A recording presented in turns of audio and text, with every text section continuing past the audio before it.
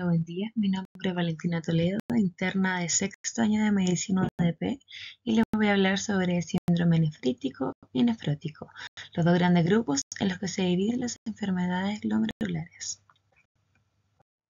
Comenzamos con el síndrome nefrótico. El síndrome nefrótico constituye la causa más frecuente de consulta en servicio de urgencia en contexto de síndrome edematoso. Su incidencia en Chile es de 1 a 3 personas por cada 100.000 habitantes. Esto en menores de 16 años. Estos valores de incidencia son mayores en poblaciones asiáticas y afroamericanas. El síndrome nefrótico afecta 2 veces más a niños que a niñas, pero esta relación se pierde en la adolescencia. El primer episodio suele ocurrir generalmente entre los 2 y 10 años. Se define como un trastorno glomerular que implica excreción urinaria de más de 3 gramos de proteína al día. La fisiopatología se basa en el aumento de la permeabilidad capilar glomerular y, como veremos más adelante, a diferencia del síndrome nefrítico, el síndrome nefrótico no implica inflamación. Entonces, ocurre una alteración en las estructuras que componen la membrana glomerular, ya sea a nivel de las células endoteliales capilares, membrana basal glomerular y o los podocitos. Estos naturalmente tienen una carga negativa, por lo cual repelen a las proteínas que también tienen carga negativa y por esto el paso no ocurre. Pero al haber una alteración en esta membrana glomerular, se pierde esa carga negativa y las proteínas dejan de ser repelidas, logran pasar a la cápsula de Bowman y logran ser excretadas por la orina, mostrando clínicamente la proteinuria a nivel de laboratorio. Esto también, la salida de proteínas, aumenta la presión oncótica en el líquido intersticial, lo cual se va a evidenciar como edema. Y el hígado, al censar esta baja en las proteínas a nivel capilar, aumenta la producción de las mismas, principalmente albúmina, que es la proteína más frecuente o más abundante en la sangre, y también lipoproteínas, HDL y LDL, las cuales, recordemos, transportan el colesterol. Esto va a aumentar el transporte del colesterol a nivel sanguíneo, generando hiperlipemia y también aumentar su excreción en la orina, viéndose como lipiduria. En etiologías podemos encontrar una gran clasificación dividiendo en causas primarias y causas secundarias. Dentro de las causas primarias encontramos las idiopáticas, que el síndrome nefrótico primario idiopático es la causa más frecuente de síndrome nefrótico. En esta encontramos la enfermedad de cambios mínimos, que es la más frecuente en niños, y nefropatía membranosa, que es la más frecuente en adultos.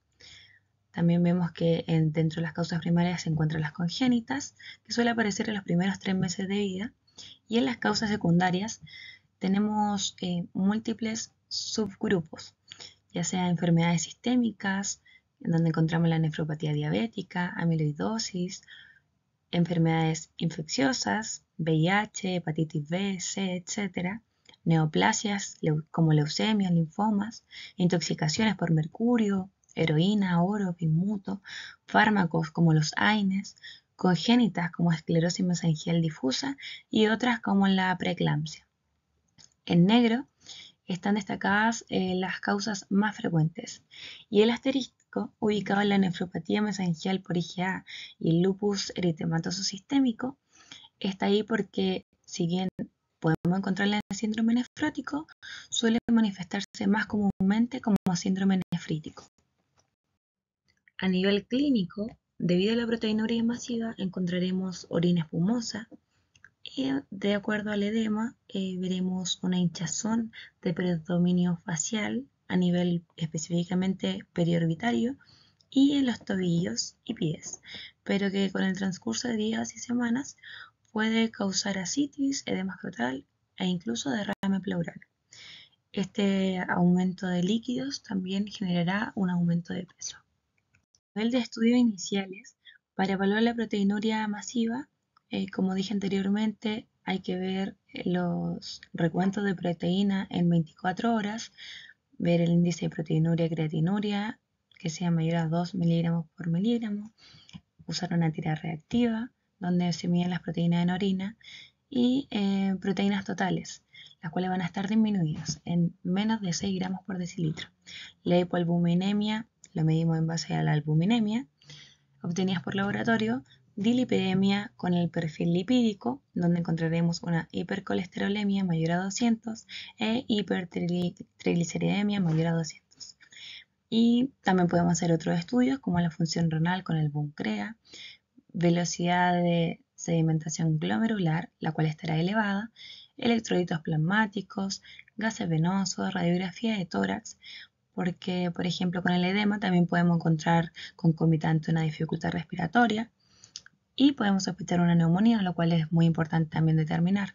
Por lo mismo, podemos evaluar otros estudios en base al contexto clínico para buscar causas secundarias, por ejemplo, una glicemia, hemoglobina glicosilada, anticuerpos antinucleares, pruebas serológicas de hepatitis B, C, etc.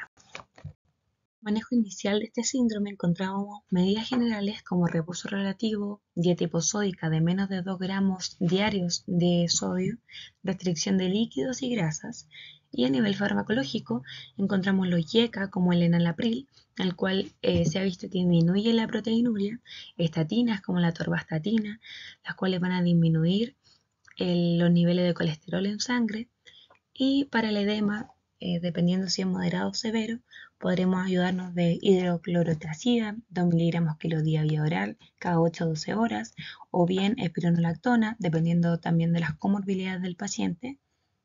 Cuando tenemos un edema severo, podemos usar también albúmina al 20% a dosis de 0,5 a 1 gramo por kilo endovenoso por 2 horas y luego agregar furosemida, 1 miligramo por kilo endovenoso.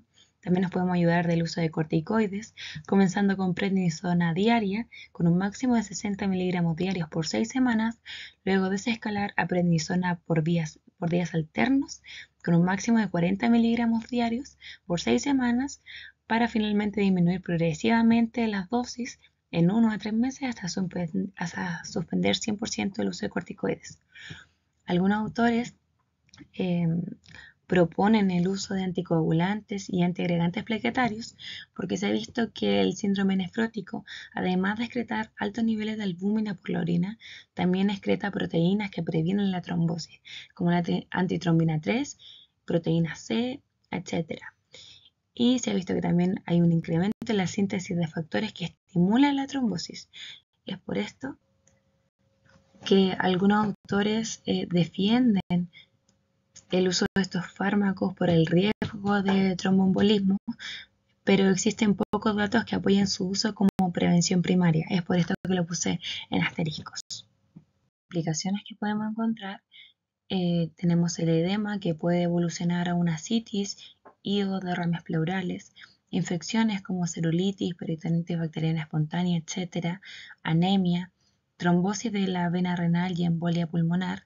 Esto ocurre en un 5% de los niños y 40% de los adultos, desnutrición proteica debido a la gran pérdida por la orina, lo cual va a generar fragilidad en cabello, uñas, alopecia, retraso del crecimiento en los niños, enfermedades coronarias debido a la dilipidemia, la cual se va a asociar a aterosclerosis, trastorno de hipercoagulabilidad también, hipertensión arterial, enfermedad mineral ósea e insuficiencia renal aguda, la cual es poco frecuente, pero puede ser una posible complicación. La biopsia renal está indicada en síndrome nefrótico, excepto cuando tenemos el primer episodio de síndrome nefrótico idiopático en edades infantiles, ya que el 90% es una nefropatía por cambios mínimos y son corticosensibles, por lo tanto no se requiere una biopsia renal para estudiarlo.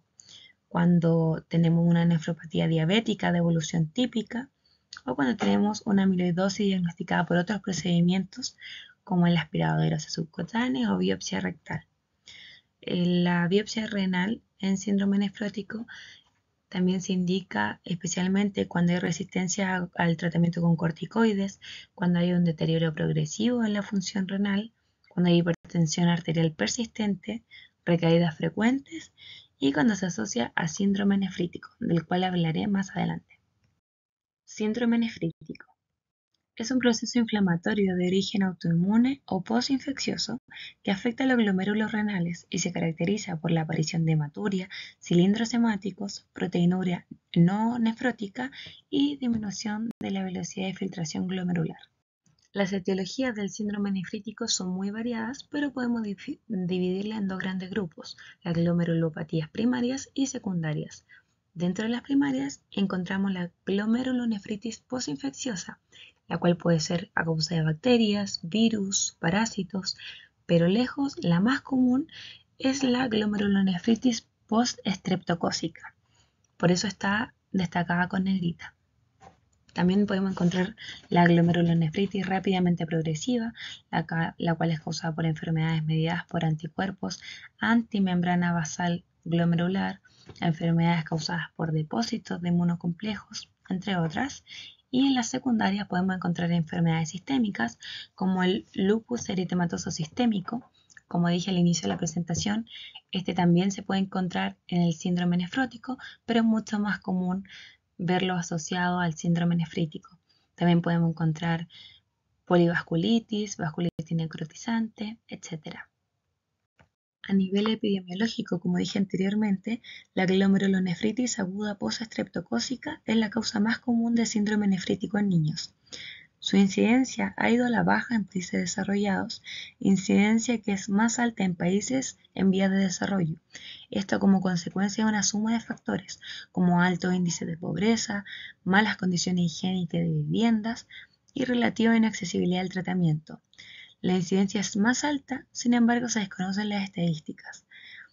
Esta infección estreptocócica es más frecuente en niños de 2 a 12 años, sin embargo también ocurre en personas fuera de este rango etario y existe preponderancia de la afección en el género masculino.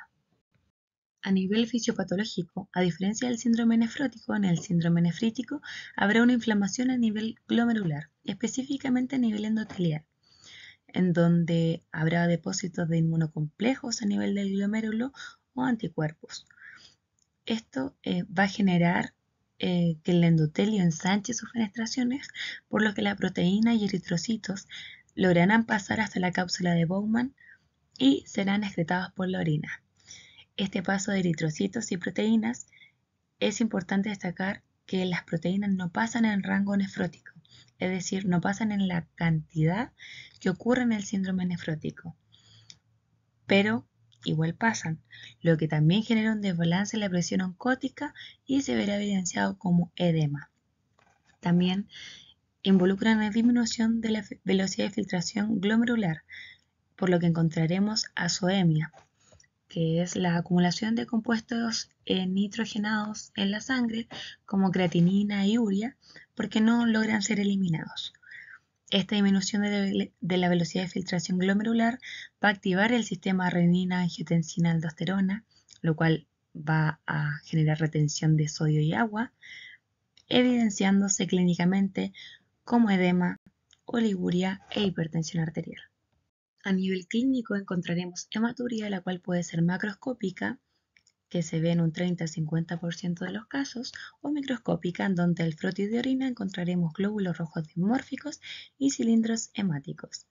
También se caracterizará por hipertensión arterial en un 60-80% de los pacientes, que será de leve a moderada, edema en el 80% de los casos, que es característicamente periorbitario y o de miembros inferiores, y también oliguria, que si la cuantificamos serían menos de 500 ml diarios en un adulto o menos de 0,5 ml por kilo hora en un niño. Inicial, como tenemos una pérdida de sangre, es importante evidenciar cómo está el hemograma, también el perfil hepático debido al desbalance proteico que también acompaña este síndrome, la velocidad de sedimentación glomerular y la proteína C reactiva van a estar elevadas.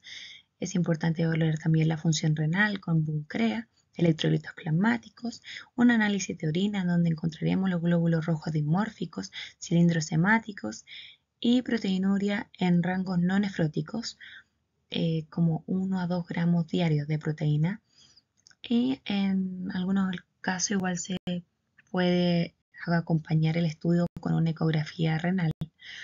También podemos añadir análisis del complemento para orientar etiologías, así como cultivos de faringe en caso de que estemos sospechando alguna infección estreptocócica, etc.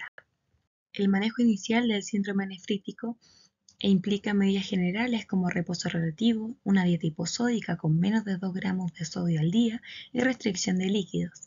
A nivel farmacológico, encontramos para la oliguria, edema e hipertensión arterial el uso de furosemida 1 miligramo por kilo, máximo 40 miligramos diarios, antihipertensivos en caso de ser necesario y antibióticos en caso de que coexista una infección activa que requiera antibióticos.